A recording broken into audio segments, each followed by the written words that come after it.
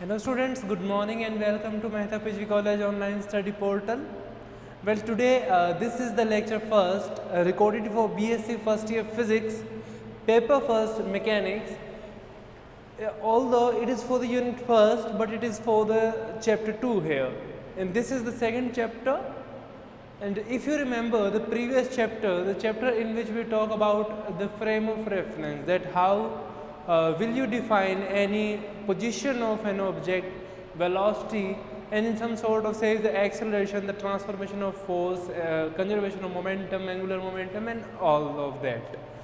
If you hadn't watched the previous lecture, then go and check out in the video inbox of our YouTube channel. There you will find out BSc first year physics, the mechanics lecture, which have been recorded for the unit first there.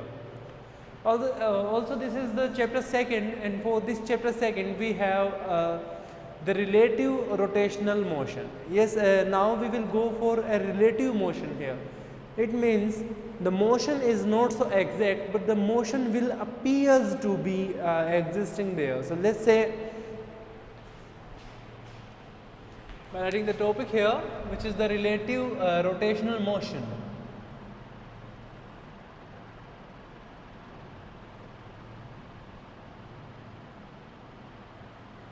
Relative rotational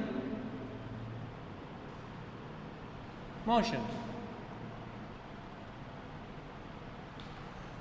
So the word here, the word actually give you a brief introduction about itself, saying that this is the relative motion, and also we are going through a rotational motion. It means the motion is not so exactly, not so supposed to be exactly there, appears to be there, but it's some sort of thing like appearance that you cannot feel directly, but in some sort of conditions, in some sort of circumstances, the force may be felt by you. Okay, so let's begin with the topic here.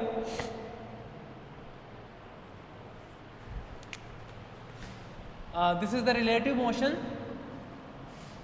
Yes, and another one thing is the rotation here. And today in this lecture we will talk about, we got some highlights there saying that we will talk about some concept saying the pseudo forces, and briefly talk about non-inertial frame of reference,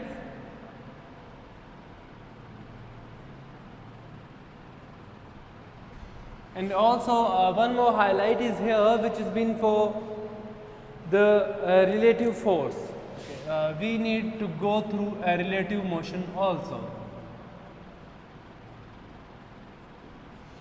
Okay, so let me start by defining the thing here by using the pseudo force here. Let's say, what is the pseudo force?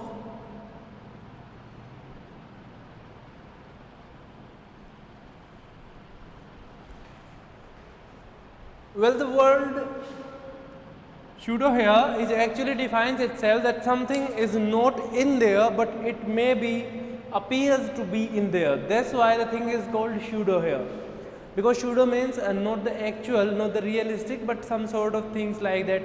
They appears to be there. You can feel only the appearance. Yes, these things that can be felt only, and the thing is felt their appearance, but they will not happen actually there. They have no actual appearance there, no actual appearance, but can be felt. And the thing can be felt is their effects, but effects can be felt. Okay, so the types of forces which are not exactly working for any kind of work there or any kind of displacement there, but they can be felt. Like as I got an example here to explain you. What if when you are traveling with a bus? Remember, traveling with a bus.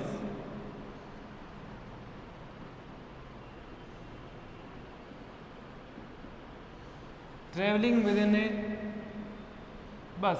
or some sort of train or some sort of taxi, whatever it is. If you are traveling within a bus, then you will find out that the bus is going into a particular direction. Let's say this is the direction of motion for the bus here, and you are the passenger. Let me draw a bus also here.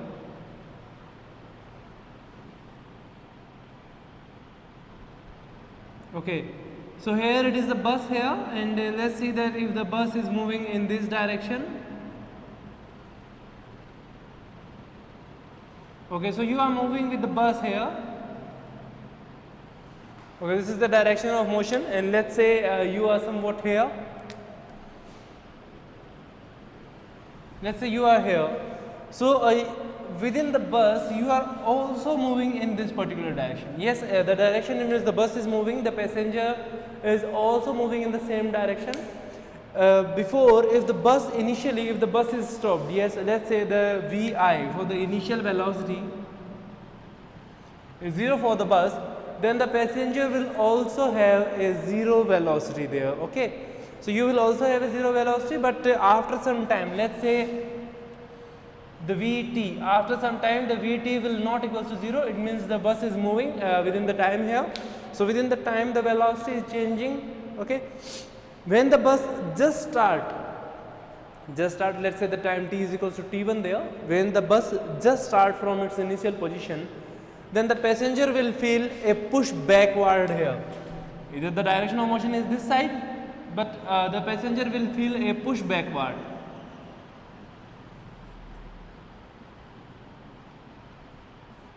And you remember that every time the force, what is a force? Force can be defined as a push or pull. Yes, you can define force in the sense of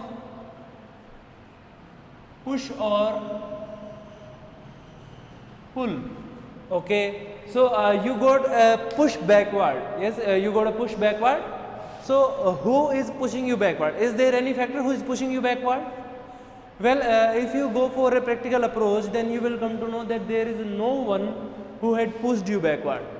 But you got pushed backward just because of your inertial position. Yes, your body is an inertial frame of reference, but the moving bus is a non-inertial frame of reference. So within the bus, your concept will collide each other, and that's why you will feel a push backward there. Okay.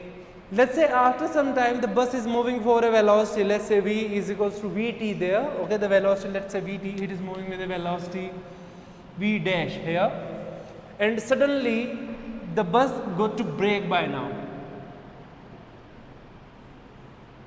So what happens when a moving car or a moving bus brakes?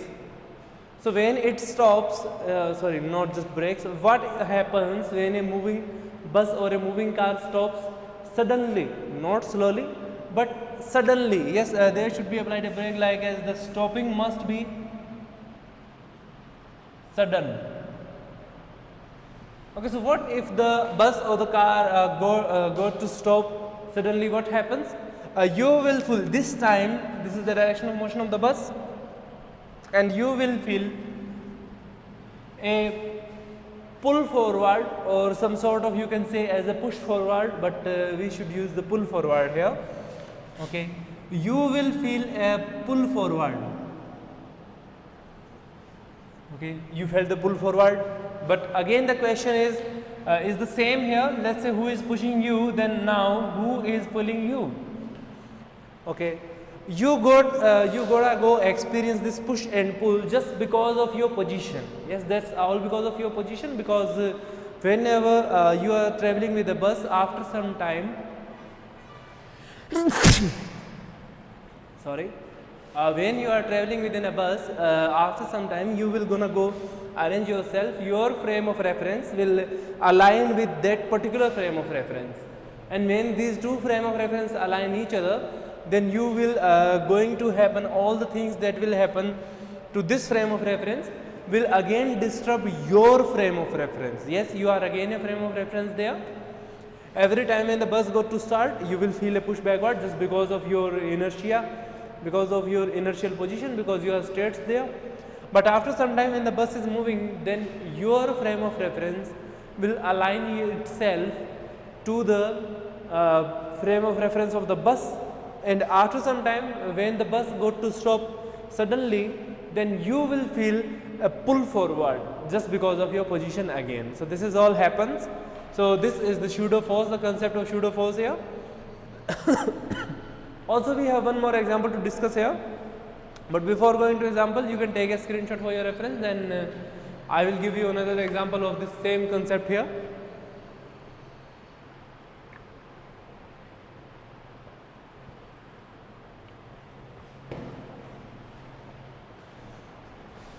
Okay, so the another example is saying that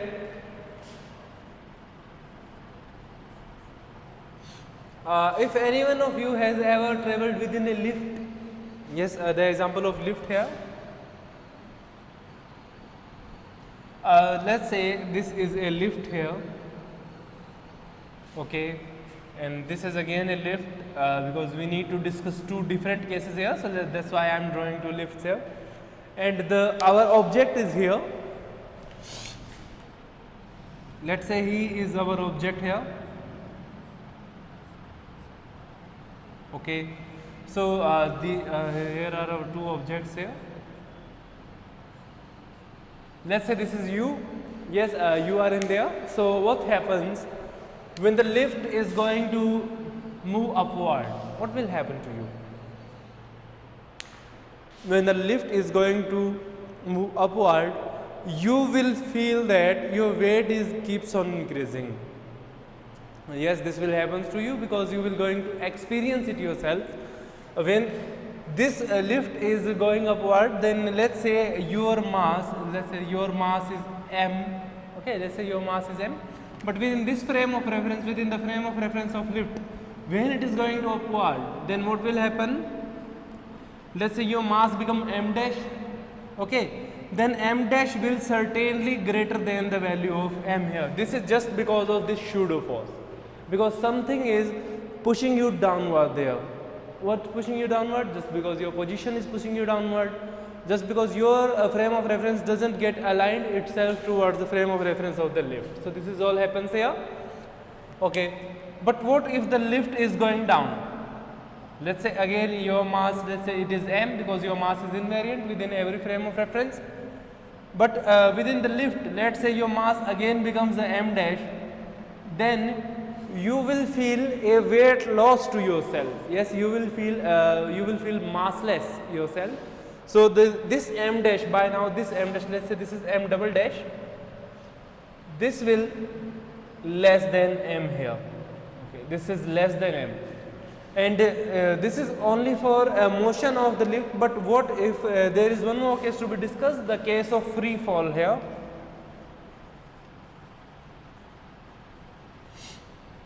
In the case of free fall, this m double dash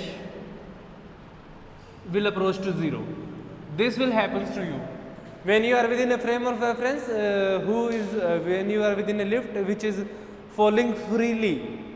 Yes, when you are within a lift which is falling freely, then what will happen? You will experience the mass will become 0. So this is all what happens, and that's all is just because of one thing here, which is the pseudo force. I hope that you got the concept of pseudo force within this example only. This is another example to be discussed. Our man is so happy within the example. Okay, so you can go through these examples. These examples will be very much helpful for you, and these can be written in the paper also. When you are asked about the pseudo forces, then you can explain it by the appearance factor, and after then within these two examples, this got a pretty much clear application of pseudo forces there. Okay. So the definition here which has been discussed is the force that is not actually acting on any particle. Yes, this is not actually acting here, but it can be felt by some effects there, because it will going to apply its effect that can be felt by you. Okay, so this is all happens with the pseudo force. Well, now we have one more thing to discuss here, but before going to the discussion, I think we should talk about this mathematical aspects here.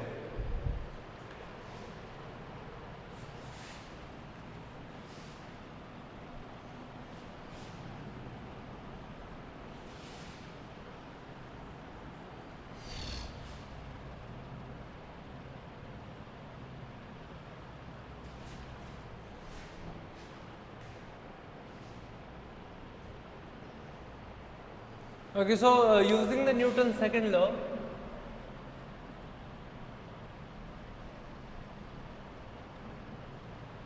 using the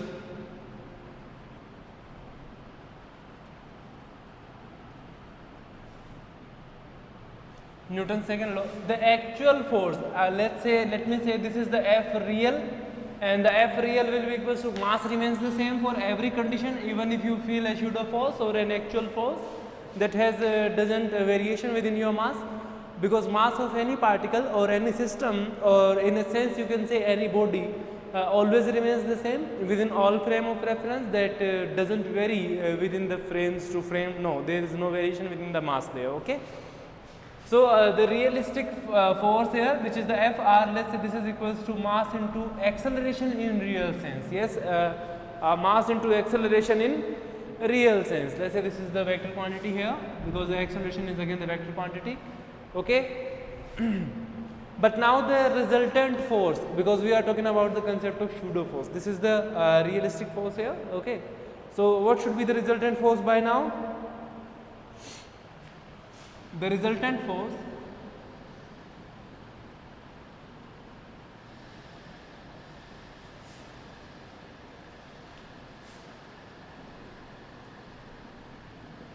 acting on the particle in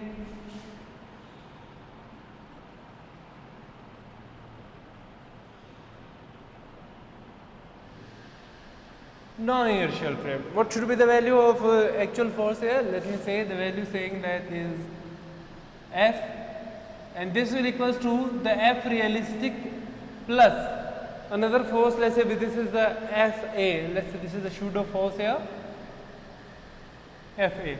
This is the actual value of force here, which is equals to the F plus Fa here. The Fa is the pseudo force which will appear to go in a different direction to the actual force. Let's say when you are applying a brake, then it's some sort of saying the direction must be within this direction, but you will feel your acceleration with no sense there. So this is the pseudo force here. Let's say this is Fa. This is also called the pseudo, got one more name here, which is you can say the fictitious.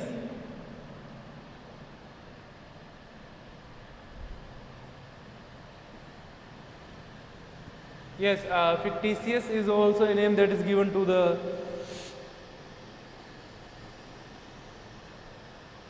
forces here, which is the fictitious, sorry, not the fictitious, but the fictitious here.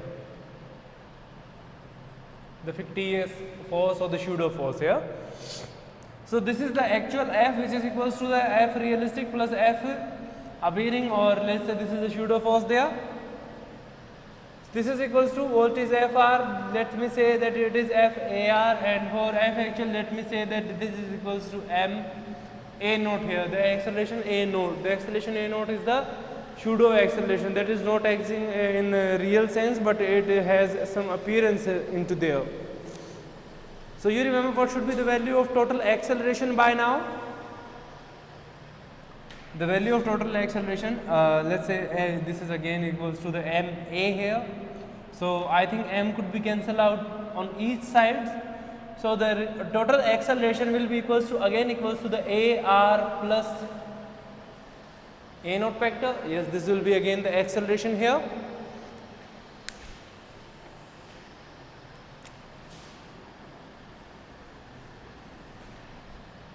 This is the acceleration, that is equals to ar plus a naught here. Okay. So this is the value of acceleration, that is equals to ar plus a naught. So this is the acceleration here that will actually appear within the non-inertial frame of reference. This is for the non-inertial frame of reference. Also we got to discuss this example here, and in this example the acceleration should be taken into consideration in the form of gravitational pull or push. Yes, your weight should be considered as a gravitational acceleration here. Your weight must go to a factor of gravitational acceleration. So defining the lift example within the mathematical aspects. So what we will have, I think we should clear these things off here.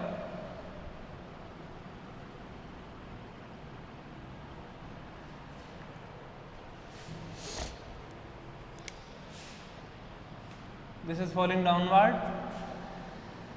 Again the resultant force will be equals to the Fr, which is the F real, plus Fa, which is the fictitious force here. So what should be the values here? The values again is equals to, let's say the F is equals to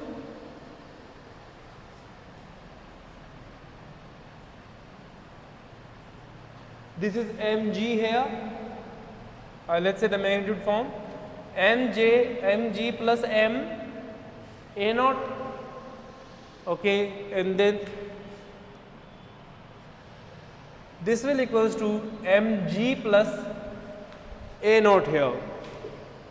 Okay, so this is the value of force for this lift example here, for the lift example where first time the lift is going upward and then the second time when the lift is going downward there.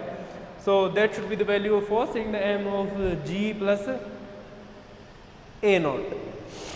Okay, so this is for the case when the lift is going upward. This is for the upward case, but what happens when you go downward? This is for the upward. Let's say I think I should mention here. This is for the upward case, and now for the downwards.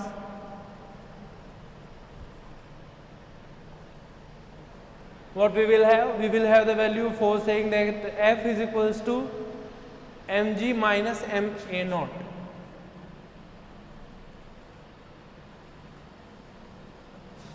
Here m should be taken out of the this expression, and then you will end up having g minus a naught here. This is for the downward fall.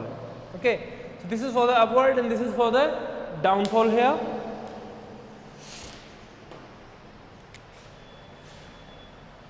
For the upward case and for the downward case, when the lift is going upward and when the lift is going downward. Because when the lift is going downward, then you will feel a weight loss. So this is the negative sign is taken here.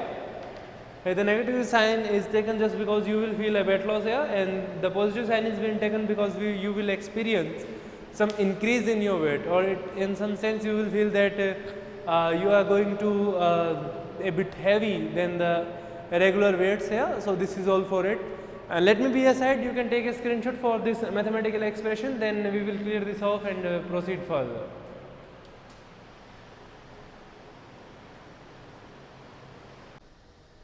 Hope you are done with the screenshot. So let's proceed here by using the next example.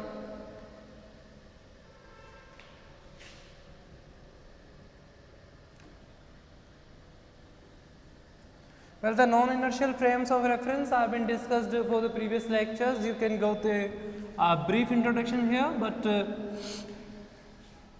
let me tell you some sort of aspects about the non-inertial frame of reference, the frame of reference in which the law of inertia is not being followed. This is only for the introduction here. We do not need to go through the whole concept. We are not going to discuss the non-inertial frame of reference again, because the non-inertial frame of reference is the frame of reference simply which do not follow the laws of inertia.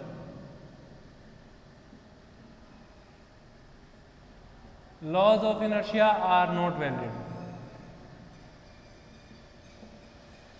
Okay, so the laws of inertia are not valid in a non-inertial frame. Okay, and in the relative motion, what is the relative motion? Relative motion, that motion in one inertial frame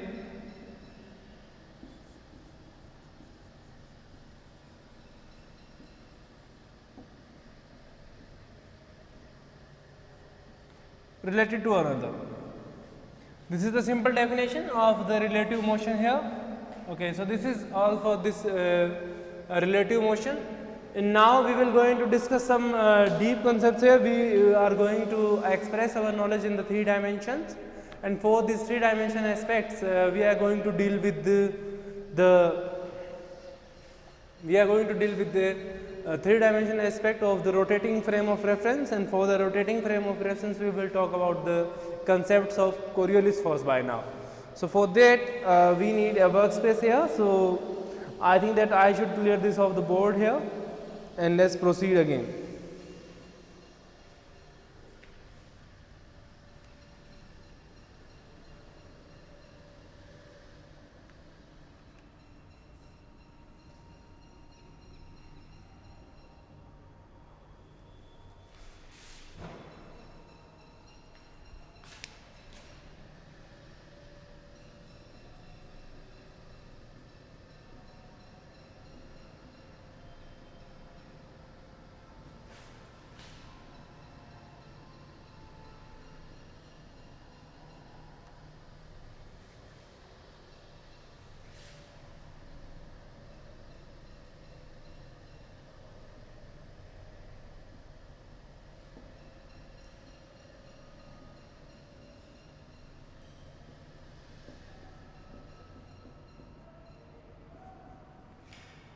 We have discussed the concept of inclined frames of reference, and the rotating frame of reference is pretty much similar to the same concept there. But within this rotating frame, we will going to go through some deep concepts saying that the displacement, the angular displacement will not equals to theta only, because it will change with respect to the time here. So I think that within this video we should go for only a brief explanation of Coriolis force, that how this Coriolis force acts on the particles and how it will appear to you, and how will you see that the Coriolis force is acting on a particle and all that happens here. Okay, so we shall start with the example saying that what is the Coriolis force, and before going to this concept we should talk about the concept of rotating frame of reference. So how do a frame of reference rotate? Because we have studied that let's say this is a frame of reference for the 3 axis, saying the x axis here, the y is here, and the z axis is somewhat here. Okay, we have the origins inclined. Let's say another frame of reference which has origin the same here. Let's say the origin positioned at the O dash position. Yes, the origin is at the O dash. Okay, we got the position of origin here. This is the O dash here. Also we are supposed to carry out the frame x dash here, the axis x dash, the axis y dash, and another axis saying which is the z dash here, which is the frame. Let's say this is the frame S, so this one is the frame S dash here. Within our previously discussed examples, we have talked about the concept of saying the inclined frame of reference, and for those inclination we got to go through an angle theta here. But this time this is not the inclination, because the theta will do not remains constant. Within our previous example, the theta remains constant or remains invariant under all the calculation we went through. But this time the theta will change. The theta will change in the way saying that it will change with respect to time here. Yes, the angle will change with respect to time.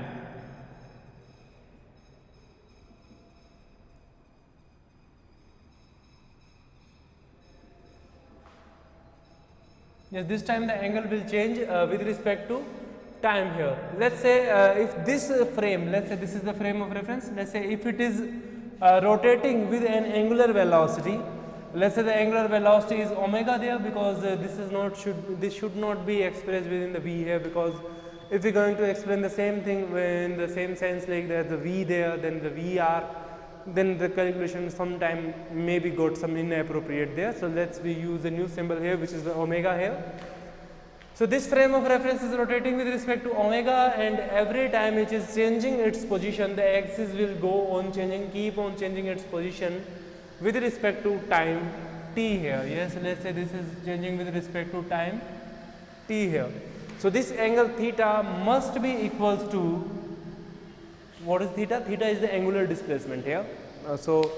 Let me go a deep conceptual knowledge. Let's say let me change concepts here by using that, saying that if here is the, where theta is the angular displacement by now,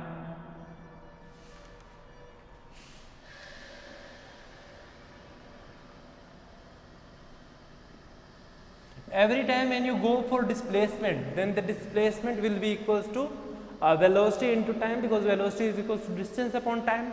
So this is the same thing will happen. The angular displacement must be equals to, the angular displacement will be equal to the angular velocity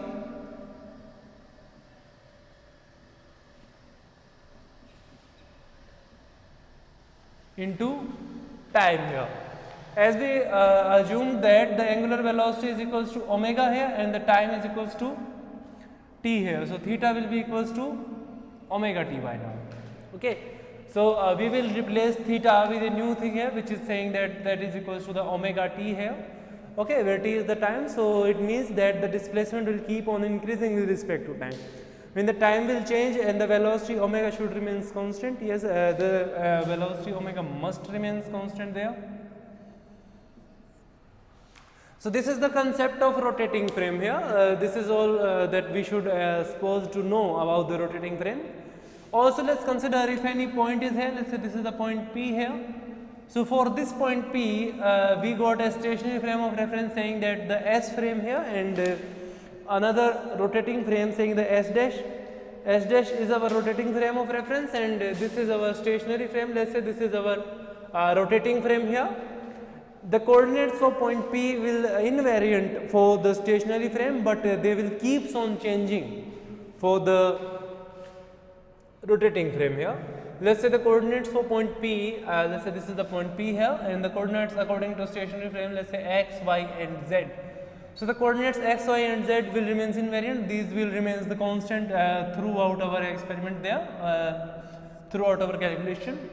But when you talk about in frame S dash, in rotating frame S dash, so sorry,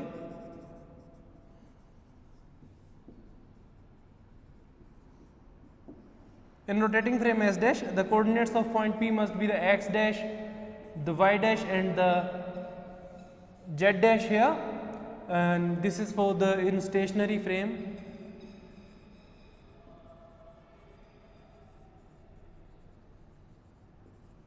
This is for the stationary frame S, and these are for the rotating frame S dash. For these rotating frame, these will remain, this is constant, and these will keeps on changing.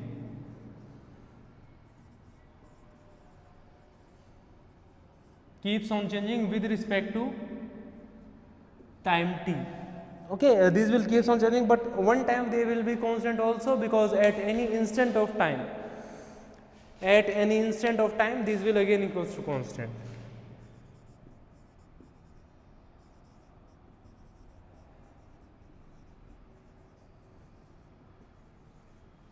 At any instant of time, let's say the point P is here, having the coordinates saying that the x dash, y dash, z dash will remain constant. Let's say at point saying that if you got a certain value of time, let's say t is equals to t dash, if you got a certain value there, the t dash could be like as the 1 minute later, or you can talk about the 2 minutes later, or after the 3 minutes later. So the point at which you are going to stop the rotating frame of reference, then the coordinate will remain constant, but whenever the time changes, the time keeps on increasing, then the same thing will happen. The coordinates will again keep on increasing, because they will have to keep on changing their values. So this is the positive axis, and after then they will go for the negative, and then again negative, and then again some sort of negative axis here, the whole negative, and after then again keeps on going to the positive axis here. So this is all what happens to this frame of reference for a rotating frame of reference. So by now we are going to discuss one more concept. The concept of Coriolis force remains here. So what is the Coriolis force? So let me give you only an idea about the Coriolis force by now. Well, you come to know two types of forces, saying that which one is the actual force and the second one is the pseudo force. So what is the another thing comes into mind, which is the Coriolis force? Well, Coriolis force is again a pseudo force here. Yes, this is again a pseudo force. This is not keeps on acting in a real sense, but it is keeps on acting in a pseudo form, because you do not know that if the force exists, because you cannot experience its actual effect. You can just observe it. Yes, we can just observe it.